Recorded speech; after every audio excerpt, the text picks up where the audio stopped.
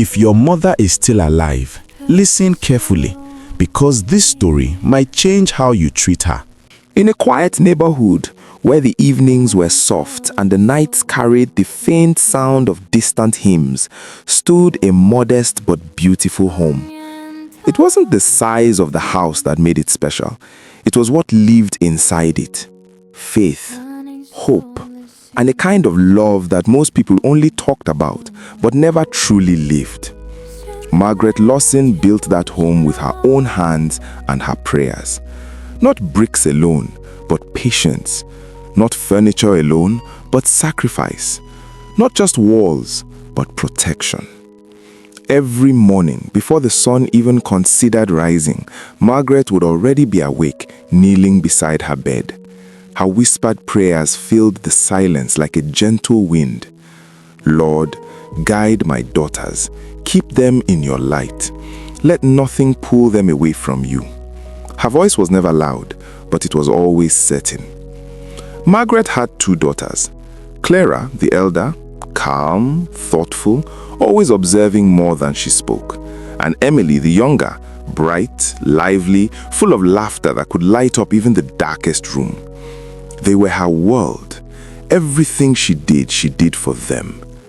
Their home was not perfect. They didn't have the newest things nor the biggest space, but there was always food on the table. There was always warmth, and there was always prayer. Every Sunday, without fail, Margaret would prepare them early for church. Faith isn't something you visit, she would say gently as she adjusted their dresses. It's something you live. And they listened. At least, they used to. As the years passed, life began to shift in quiet, almost unnoticeable ways. Clara got busier with work. Emily became more curious about the world outside their carefully guarded home. It started small. Late nights, missed prayers, short answers to their mother's questions. Margaret noticed. She always noticed. But she never shouted. She never forced. Instead, she prayed harder. One evening, as the sky dimmed into a soft purple, Emily walked into the house with a different energy, a new kind of confidence. Behind her was a stranger. "Mom, this is Vanessa," Emily said casually, dropping her bag. Vanessa smiled, but it wasn't the kind of smile that reached her eyes. "Nice to meet you, Mom." Margaret returned the smile, though something deep within her stirred uneasily. "You are welcome here," she said politely. "Any friend of my daughter is welcome." But that night, Margaret prayed longer than usual. Vanessa didn't come once. She kept coming, again and again, until her presence began to feel permanent. At first it seemed harmless. Laughter filled the house more often. Music played louder. The girls seemed happier, at least on the surface. But something was changing. Something Margaret couldn't quite explain. "Mom, we'll be back late tonight," Clara said one evening, already halfway out the door. "Late?" Margaret asked gently. "Where are you going?" "Just out, with friends." "With Vanessa?" Margaret's voice was calm, but careful. Clara hesitated. "Yeah." Margaret nodded slowly. "Be careful." That was all she said. But her eyes followed them long after the door closed. The late nights became normal. Then they became later. Calls went unanswered. Messages ignored. Excuses grew thinner. And Vanessa was always there, always smiling, always pulling them further away. One night, Margaret sat alone at the dining table. The food had gone cold. 3 plates, only 1 touched. She looked at the empty chairs where her daughters used to sit, where laughter used to echo, where stories used to be shared. Now, there was silence. Heavy, unforgiving silence. She folded her hands and prayed, but this time, her voice trembled. "Lord, I don't understand what's happening, but please bring them back to me." A tear fell, then another. The changes became undeniable. Clara, once reserved, began to grow distant, cold even. Emily, once joyful, now carried a restless energy, like she was chasing something she could never catch. Margaret tried to speak to them, not with anger, but with love. "Something isn't right," she said one afternoon, her voice soft but firm. "You've both changed." "We're just growing up, Mom," Emily replied quickly, avoiding eye contact. "Growing doesn't mean losing yourself," Margaret said gently. Clara sighed. "Mom, you worry too much." Margaret smiled faintly. "Because I love too much." But love was no longer enough to reach them. Vanessa had shown them a different world, a louder world, a faster world, a world that didn't ask for patience or discipline or faith, a world that promised freedom, but quietly took everything in return. One night, Margaret waited, and waited, and waited. The clock ticked past midnight, then 1 a.m., then 2. Her heart beat heavier with every passing second. Finally, the door opened. Clara and Emily stumbled in, laughing, careless. Margaret stood up immediately. "Where have you been?" No answer. "Do you know how worried I've been?" Emily rolled her eyes. "Mom, we're fine. Stop acting like something bad happened." Margaret's voice cracked. "Something is happening. I can feel it." Clara looked away. "Nothing is wrong." "Then why do I feel like I'm losing you?" Margaret whispered. Silence. For a moment, just silence. Then Emily spoke, cold, sharp. "Maybe you're just not used to us having our own lives." The words landed harder than anything Margaret had ever heard.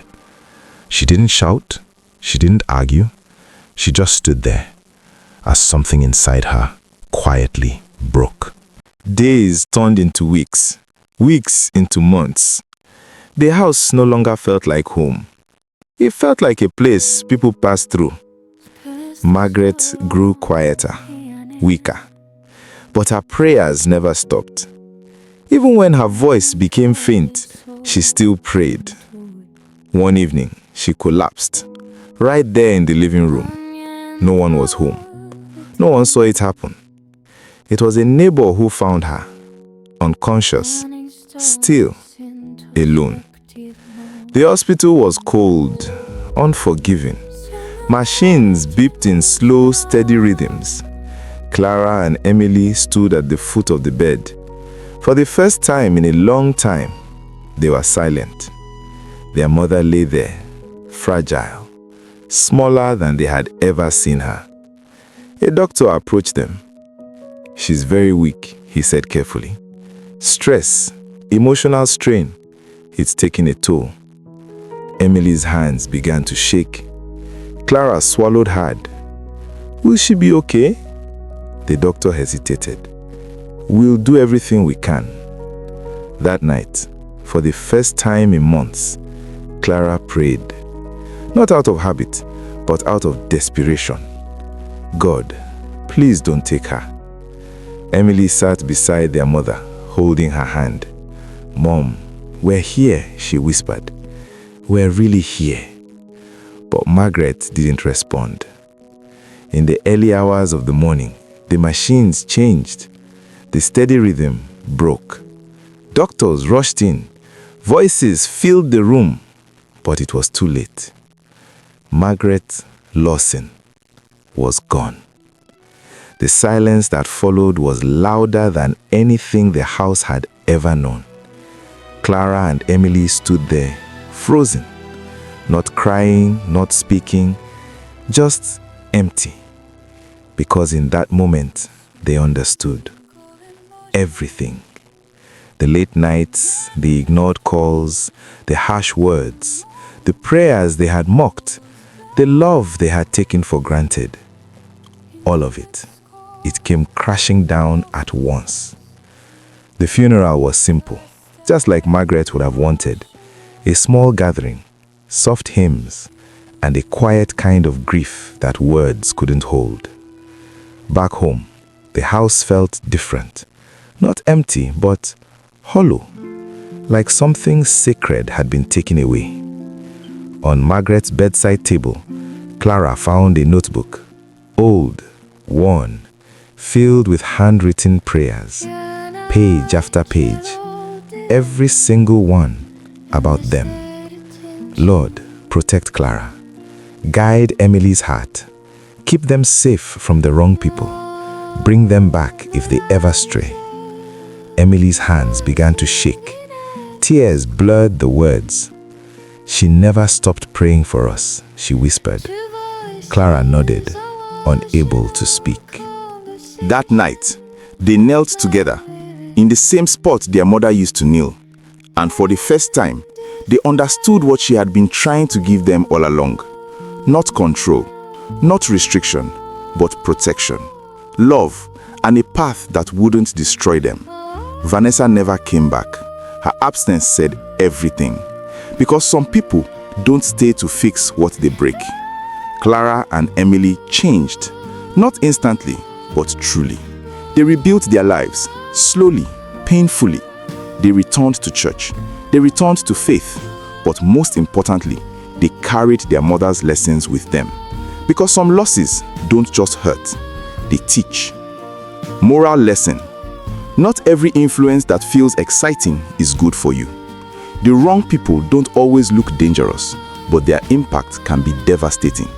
And sometimes, the love we ignore today becomes the loss we regret forever. Value those who truly care for you while they are still here.